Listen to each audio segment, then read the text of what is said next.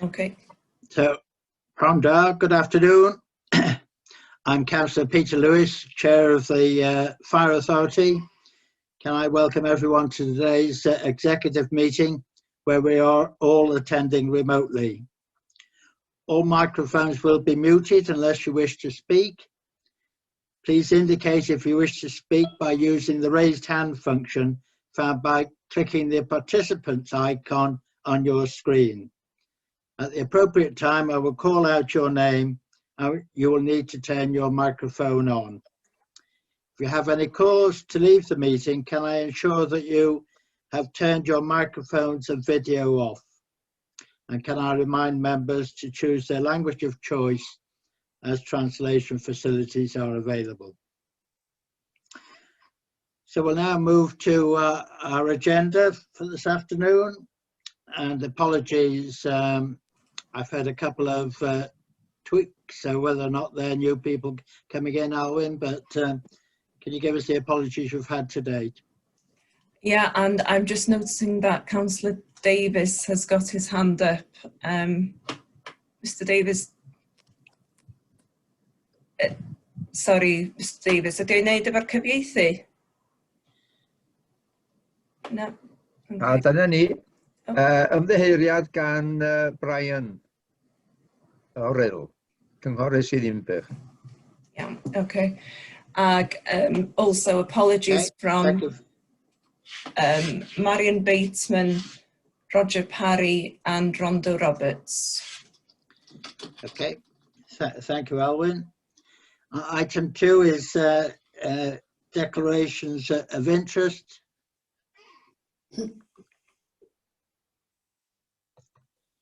I see no raised hands, so move on to item 3, notice of urgent matters. I haven't been advised of any. Let's move on to item 4, and minutes of the meeting held on the 10th of May. I'll just go through each page. Page 1, page 2, page 3, page 4, page 5, page 6, page 7, page 8, page 9. So, would somebody like to propose them as a true record attended the meeting? Thank you, Anne. Do I have a seconder? Seconded, Chair. Okay, thank you. All in favour, if you raise your hand. Thank you. Item 5, under matters arising, I'm going to invite the Chief Fire Officer. First of all, remiss of me not to welcome you to your first executive panel meeting since your appointment, Chief, but nevertheless, welcome to see you here.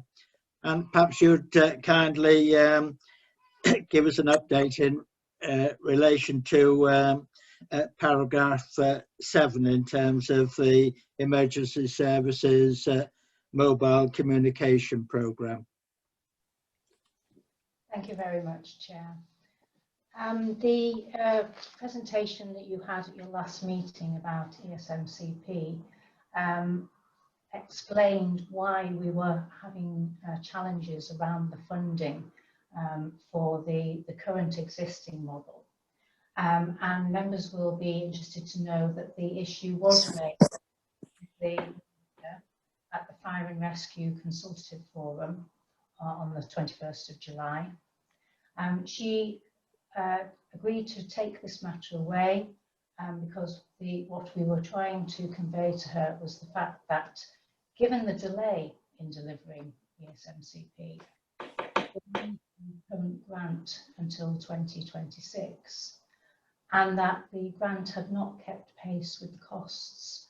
So she is going to consider whether the grant could be increased and also maintained up until that point. And she will be returning to the forum with an answer next time. Okay, thank you for that. Members got any other matters arising they wanted to raise? I don't see any names. So we'll move on to item 6, and this is the COVID-19 update, and Richard is going to present this, but can I also ask him if he perhaps could include an update on the activity that you had, particularly over the weekend, which received quite a lot of publicity in the press. So, Richard, please.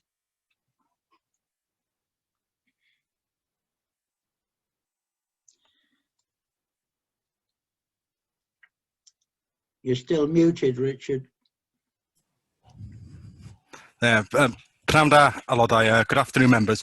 I'll first talk about some of the activity over the weekend. Members will be aware that in the press it's been reported, widely reported, that all the emergency services are seeing an increase in activity, particularly across Wales, potentially due to more people being having staycations and staying in the UK. And of course, the weather has also helped. We're no different. We are busier than usual. And this weekend, for instance, we had attended over 60 fire calls. 22 of these were fires out in the open. And we've had one that started late on Friday evening. And we actually still have an appliance there now, although we are scaling down operations. This was near Pwllheli, and it was attended by 10 different fire engines, 4 wildfire units and 3 officers over the weekend. The dry weather and the heat from the sun contributes to these type of fires. Another factor is the wind. So when we extinguish the fire, there are still some embers burning, and when the wind picks up, it tends to fan the flames, making it extremely difficult for us to extinguish it completely. Hence why we're back there today, making sure that the fire doesn't spread anymore. Over 20,000 square metres is burnt in this one instant across, as I said, in Pwllheli. These incidents are extremely resource intensive and they demonstrate the need for us to continually adapt and move fire engines around our region, not only to respond to these incidents, but also to keep and maintain availability of fire engines for other incidents across North Wales. And again, this weekend, we attended 11 fires in buildings, dwellings and flats. Thankfully, there were no serious injuries, but 2 incidents to note from this weekend involved elderly people who live alone and both identified as being vulnerable adults. The fires in these people's homes were extinguished quickly, and as I said, there'd been no serious injuries. But this does demonstrate the importance of our partnership working with other agencies who deal with vulnerable people on a daily basis. And our partnership work in identifying those vulnerable people and working with those agencies means that we keep them safe in their homes. We carry out safe and well checks following all incidents, and today our specialist home safety support workers will be visiting the 2 individuals who have suffered these fires on the weekend to provide further advice and interventions to help prevent further fires and keep them safe as possible in their homes. But again, this weekend has once again shown the commitment of our firefighters, both whole-time and on-call firefighters, who make themselves available to protect the communities they live in. They've worked extremely hard on some of the incidents this weekend in extremely challenging weather conditions. Also want to note the professionalism of our control staff, who throughout this busy weekend have been constantly monitoring the availability of appliances across North Wales and making sure that there are enough appliances in the right place to continue to keep safe the people who live, work and visit North Wales. So that's an update on some of the activity over this weekend. As far as the COVID situation, members will be aware again from the press that there was a rise in number of people suffering from the virus across the UK, although this is starting to show some decline. But it is still an extremely difficult situation for all sorts of employers who are suffering from losing staff because of self-isolating. We're probably at the same the same limit of numbers of people that we're missing from work, as we have done in the very worst part of the pandemic, because of the more people having to self-isolate because of the track and trace system that's working. We currently have over 20 people who are unavailable for us to work due to being off, whether they've had the virus or they're self-isolating due to being in contact with people who have had the virus. But we're continuing with our strategic intent, which is to keep our workforce safe and keep our communities safe. So we'll continue with the measures we've got in place, and we won't be relaxing them until we're sure that it won't impact on our ability to continue to provide the service to people across North Wales. Diolch. Well, thank you, Richard. Just before I go to members, you highlighted the importance of our partner agencies in terms of this home safety checks. And perhaps can I bring it to members' attention that perhaps they might write to raise this issue with cabinet members for social care, because inevitably it's a department which has quite a turnover of staff generally, and they may not be aware of the reporting mechanism. And I know the fire service would be happy to provide training to any cabinet member feels that they have staff that would benefit from it. So if I could appeal to you perhaps to just contact your respective cabinet members to raise that concern. So first speaker is Mary Davies. Diolch yn fawr, Mr Cadeirydd. Hyfryd gweld y chief newydd, Dawn. Croeso cynnes I Dawn. Neis o gweld chi unwaith eto. Richard, ydyn ni wedi gallu defnyddio y profiad gafwyd yn y mynydd Llantysilio, Llangollen, ym Mhwllheli? Ydy wedi bod yn gymorth I ni?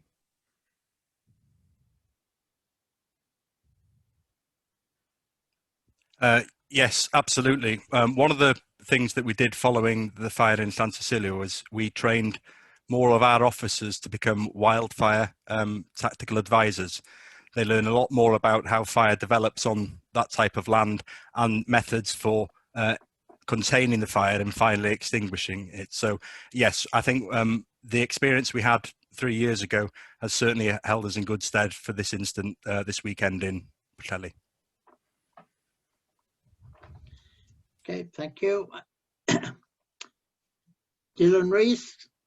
Thank you, Chair. I'm sure that we as members would also like to echo Richard's tribute to the staff for their dedication and commitment over the weekend, especially given how the temperature must have made it so unpleasant for them working in such conditions. So our thanks to everybody concerned. I also have a question in relation to the fire above Pwllheli, which is on the front page of the Daily Post this morning. Do we have any indication as to how the fire started? Do we suspect it was malicious or not? Diolch. It's very, very difficult for us to actually pinpoint exactly the cause of the fire, but we do suspect that this fire was deliberately lit, yes. Okay. Anne Davies, got a comment to make? Yeah, diolch fawr, Mr Cadeirydd. Very similar question to what you mentioned. If it's appropriate, could I ask Richard how these vulnerable individuals contacted the fire service? Was it themselves, their neighbours, or possibly Careline? Because Careline automatically alerts the fire authority, ambulance and so forth. Thank you. Part of the work that we do is working with partners, as the Chair has said, to identify vulnerable people before fires happen. Unfortunately, sometimes these fires will happen and we haven't had that referral from the local authorities or any other agencies who are supporting these people. So we're continuing to work and echo what the Chair said about encouraging all local authorities and the social service department to work alongside us to identify these people before the fires had happened. As I said, these two fires resulted in no serious injuries to these two individuals, and the crews identified them to being vulnerable, as well as them being linked to other agencies. So we're continuing to work with other agencies to identify these people and make sure we keep them as safe as we can in their homes. Yeah, if I could just come back then, Mr. Pereira. My question was regarding the care line machine, because I'm quite involved with social services and the elderly and the vulnerable and so forth, and I do encourage them to have these care line machines. Would you have a specific record that they do work for you and that you are being contacted through this particular machine? Yeah, absolutely. We've been in partnership with several of the care line providers for a number of years now, and we have noticed a vast increase in the number of fire alarms which originate from these care line facilities. So the answer to your question is yes, we've got some really good evidence of where the care line system has worked, alerted us early, and enables us to get to those individuals' dwellings quickly. So the answer is yes, we've got lots of evidence that we are using and we are being alerted by the care line system. It is a system which is, you know, it's an extra thing in somebody's house which will call the fire service if the individual can't. So it's something which we are encouraging our social service partners to recommend to people as well, to ensure that the people can remain in their homes with that sort of equipment. Yeah. Thank you, Richard. Well, I've got no further hands up, so thank you, Richard, for those two updates. Now move on to item 7, which is the Statement of Accounts and Annual Governance Statement. And can I welcome Matthew Edwards of Audit Wales? I think you're going to lead on this item. So if I could invite you, Matthew, please. Thank you, Chair, and good afternoon, members. Lovely to see you all on the screen this afternoon. Just brief update in terms of updating you where we're at with the audits of your draft financial statements for 2021. I think originally we were due to present our report to you today, setting out the findings arising from our audit. And whilst the audit's substantially complete, there are a number of matters that we're still discussing with officers and therefore unable to provide an audit opinion at this point in time. We hope these issues will be resolved in due course to enable us to report back to you in October to the Audit Committee and the Executive Panel then. And just to reassure you as a panel, the Accounts and Audit Regulations for Wales and Welsh Government's interpretation of that in response to the pandemic require local government bodies now to publish their audited accounts by the 30th of November.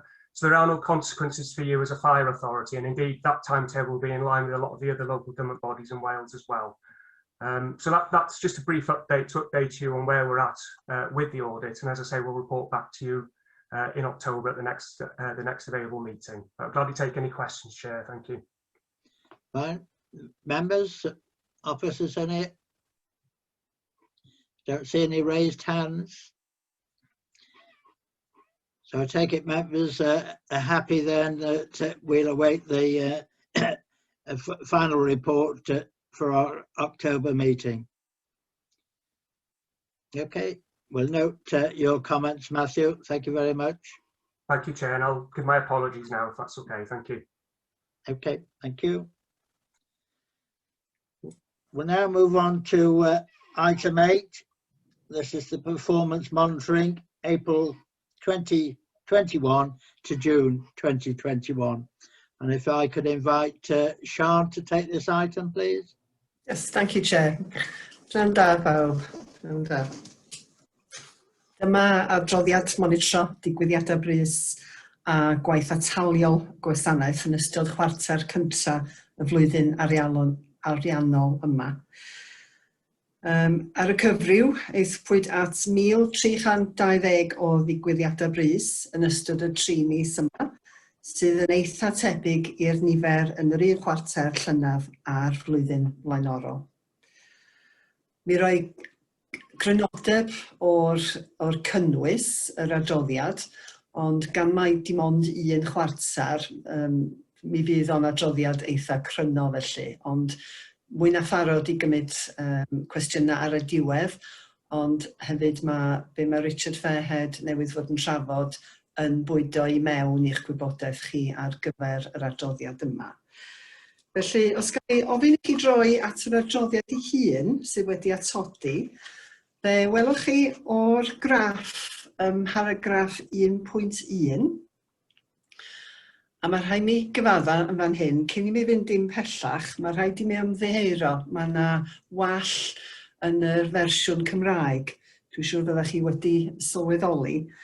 Mae'r y lliw glas ydy'r tana, mae hynny'n gywir ar y graff. Y lliw oren ydy'r galwadau di-angen, a'r lliw llwyd ydy'r gwasanaethau arbennig. Mae o'n gywir yn y Saesneg a mi fydden ni'n gwneud yn siŵr bod y fersiwn Cymraeg yn cael ei gwyro yn syth. Ond mae'n ddrwg iawn yn gynnau am hynny. Nes i'n sbotio hynny cyn heddiw. Ond yn y graff felly, ar gyfer eleni, fe welwch chi fod y gwasanaeth wedi delio efo llai o dana na'r llynedd, llai o alwadau di-angen, sef y lliw oren, na llynedd, a mwy o wasanaethau arbennig, hynny yw ar gyfyngau heb ddim tân na llynedd, hynny yw y lliw llwyd. Os gael gymryd y tri yn ei tro,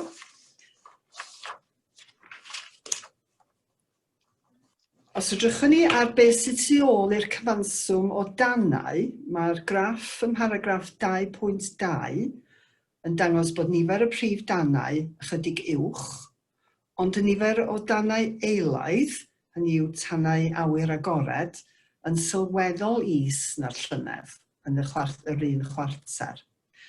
Ac os gofiwch chi'n ôl i'r adeg yma llynedd, oedd yna dipyn mwy o losgi gwastraff gardd ag ati yn digwydd yn doedd. Dwi'n siŵr bod chi'n cofio o'r adeg yma flwyddyn dwytha.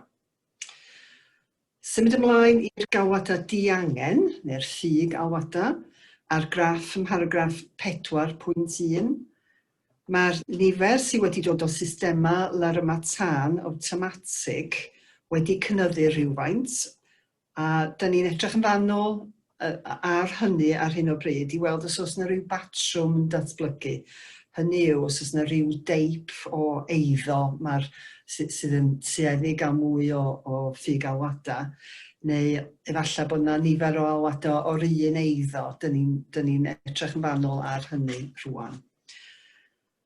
Ac yn drydydd wedyn, galwadau gwasanaethau arbennig ar graff ym mharagraff 5.1. A da chi wedi sylwi, dwi'n siŵr bod yna gynnydd o 96 llynedd i 153 eleni. Ond bod hynny'n gynnydd eitha sylweddol, mae'n eitha cymharol efo 2 flynedd yn ôl, felly llynedd oedd yn wahanol felly. Dydy'r cynnydd ddim wedi digwydd mewn un categori arbennig, a mae werth nodi bod y nifer o ddamweiniau ar y ffyrdd yn uwch na llynedd, ac unwaith eto mae'r aelodau yn ymwybodol o hynny. Wrth gwrs, yr adeg yma llynedd, oedd y ffyrdd yn dipyn tawelach na maen nhw rwan.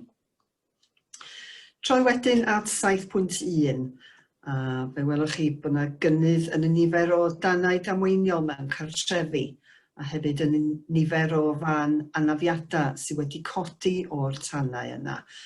Wedi codi o 29 i 46.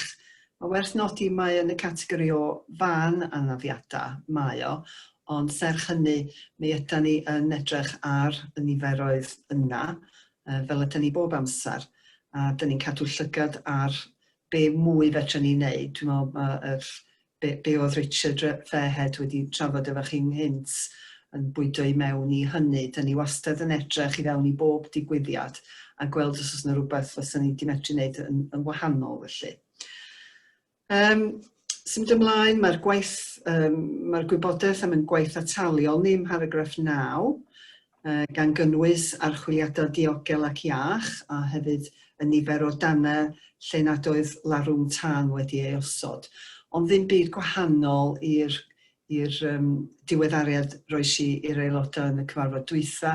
Mae o'n tueddu fod yr un fath o lun o ddarlun, a dyn ni yn edrych i fewn i'r manylion yn agos. Felly, Cadeirydd, dwi'n hapus i gymryd cwestiynau.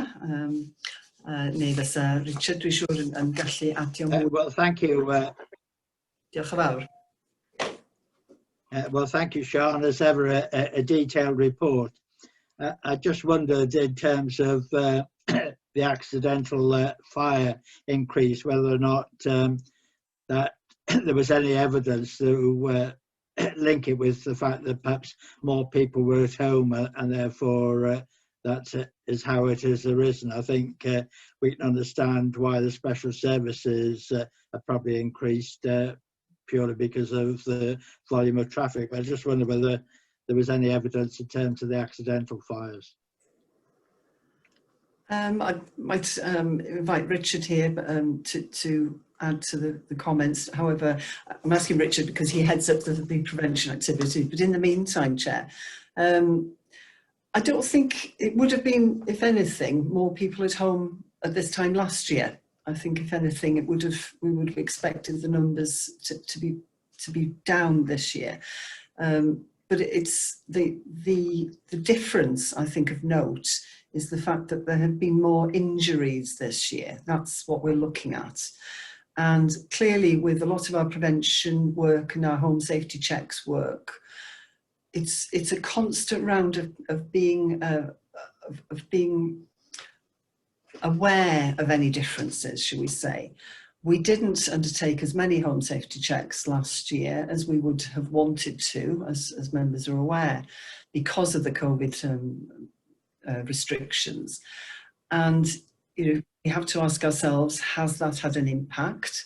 It's, in all honesty, perhaps a bit too soon to say that with any certainty, but it certainly is something that we continue to monitor, and it is about having those in-depth analyses undertaken of, what else could we have done potentially, or what is it about the prevention activity that keeps the numbers down, or that could potentially increase reduce the numbers occurring, if you like. So we don't rest on our laurels ever.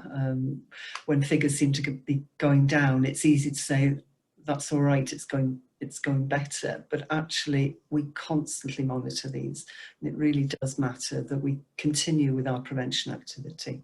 I don't know if Richard wants to add any more to that, if he's got anything else to add. No, probably to say that yes, there's been an increase of 9 accidental dwelling fires between the two periods, and I think this time last year people were a lot more aware of the safety things at home. It was new for them to be at home during that period. They perhaps listen to the messages more. They've got a bit more used to it now. There's a lot more people working at home.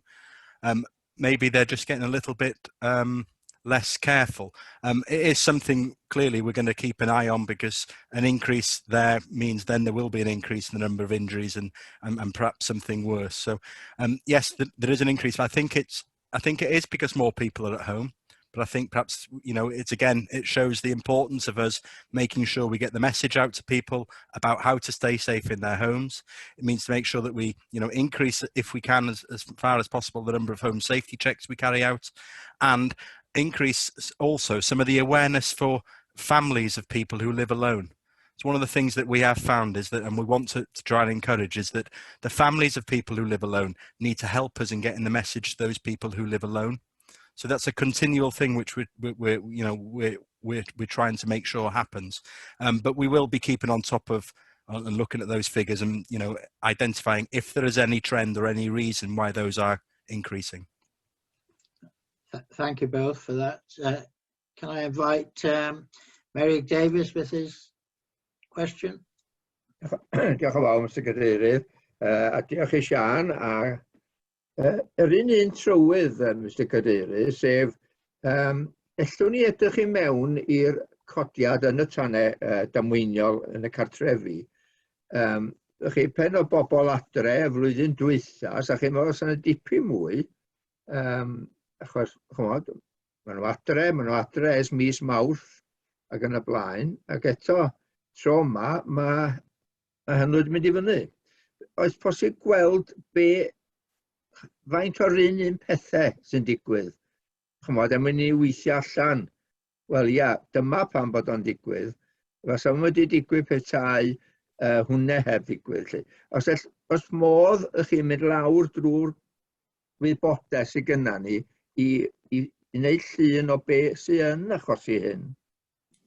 Dwi'n gwybod bod chi yn ei wneud, ond i ni fel aelodau'r pwyllgor gael gweld hynny, lle, beth ydy'r rheswm, os ydych chi'n mynd i gael hyd efo. Ie, fyswn ni'n falch iawn o gael gwneud hynny mewn cyfarfod nesaf, neu nawn ni weld cyfarfod nesaf neu rhywun wedyn. Ie, na, fyswn ni'n falch iawn o ddod â hwnna ger eich bron tro nesaf. Thank you, Sean. I've got no other questioners, so the report is for noting. So can I thank again Sean for its presentation, and members, if you just raise your hand in agreement to note it. Thank you. We'll now move on to item 9. This is the appointment to posts of monitoring officer and treasurer, and I invite the Chief Fire Officer to take this item. Thank you. Thank you. Can you let me know if I'm loud enough? I can hear you loud and clear. Good, good. Thank you. The paper sets out the fact that there are 3 statutory appointments to the Fire Authority. One is the Head of Trade Service, the Chief Fire Officer and Chief Executive. One is the Treasurer, and one is the Clerk, who undertakes the role of the Monitoring Officer. Members kindly appointed to the Chief Fire Officer post in March this year. But in March next year, our contract for the Monitoring Officer comes to an end. And therefore, we need to prepare to go out to tender and to replace, or indeed, will be replaced, because as we know, Colin Everett will be stepping down from that role when he steps down from his role of the Chief Executive of Flintshire. At the same time, I have had a meeting with Ken Finch, after 25 years of very dedicated service to the authority from its very beginning, Mr. Finch has indicated that he would want to step down and concentrate on his other interests. I think we can agree that he has done his time, and he has been an absolute value to this authority in keeping it in a very prudent financial way over those 25 years. So as he too is looking to step down, then we are in a position to look for a new treasurer, and it would seem appropriate that we run the 2 processes at the same time and involve members. So the recommendation is that members note the requirement for the authority to appoint to the statutory roles of treasurer and monitoring officer, and approve the commencement of a competitive process for the appointment thereof, with effect from the 1st of April 2022. Happy to take any questions. Before we go to any questions, obviously, Ken, your service to the North Wales Fire Service speaks for itself, and I don't propose to give a vote of thanks as such. We still have at least 4 months of service from you, but I will certainly do that at your final Fire Authority meeting. But keep up the good work, and I'm sure members will be keen to thank you in due course. I'll go to questions, but I will suggest a possible makeup of the committee which executive might like to support. So I invite Mary Davis with this question first. Diolch yn fawr eto, Mr Cadeirydd, a tegych diolch i Ken Finch ynde. Mond y cwestiwn i ofyn i aelodau sydd ddim wedi wrach bod ar yr awdurdod tân ers blynyddoedd ac yn newydd gan fod y swyddogion wedi rhoi gwasanaeth clodwiw am gymaint o flynyddoedd. Pen ydyn ni yn newid swyddogion, dwi'n cymryd bydd y llywodraeth leol, os ydy o ddim yr un, sef Sir Fflint ar hyn o bryd a Conwy ar hyn o bryd, os fydd y person sydd yn cael ei ethol yn newid, mi fydd y llywodraeth leol yn newid, sef y cyngor sir fydd yn cyflogi y person hwnnw. Jyst o ran gwybodaeth, dwi'n meddwl bod fi'n iawn. Diolch yn fawr.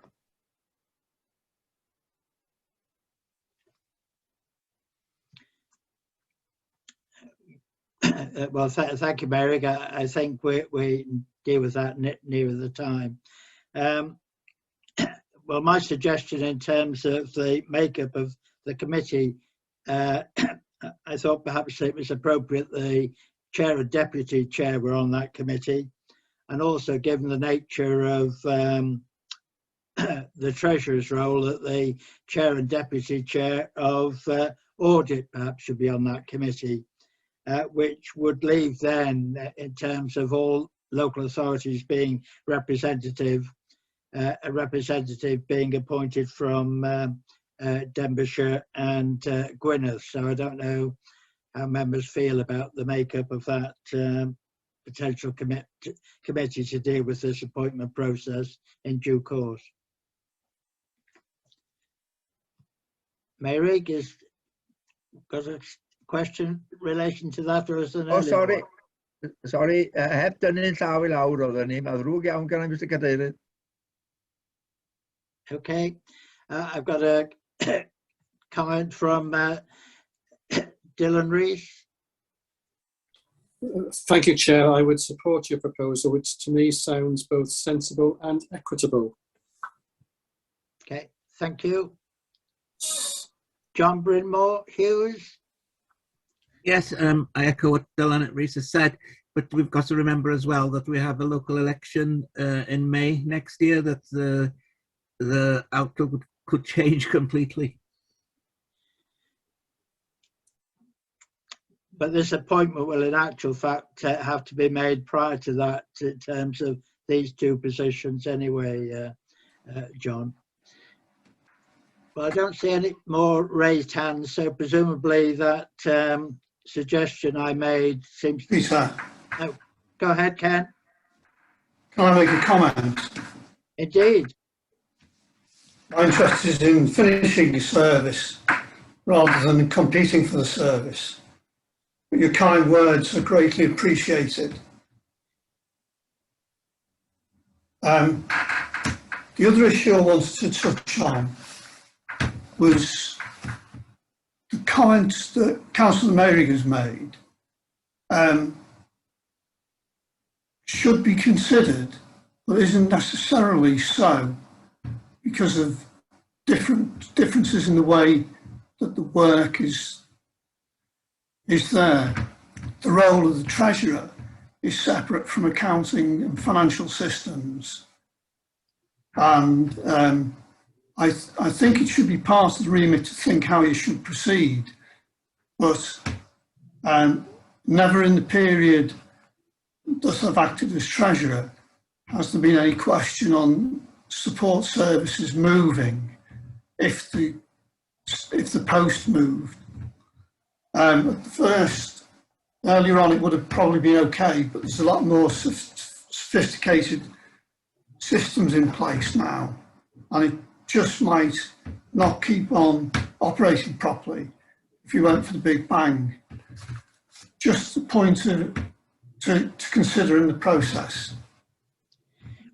Well, thank you, Ken. As I said earlier, we're obviously going to have the benefit of your services for the next 4 months or so, so I'm sure you'll be able to give us input as we assemble the terms of reference in terms of those two positions. So look forward to that contribution. Okay, so in terms of the recommendation to the makeup of that committee, the executive content to make that recommendation to the Fire Authority? Yeah, okay, thank you very much. Well, I have no further items, members. This afternoon, and I know John Brynmore Hughes has got an ice cream awaiting, so hopefully many of you will have too. So can I thank you again and look forward to seeing you at a future meeting. Afternoon. Diolch yn fawr iawn.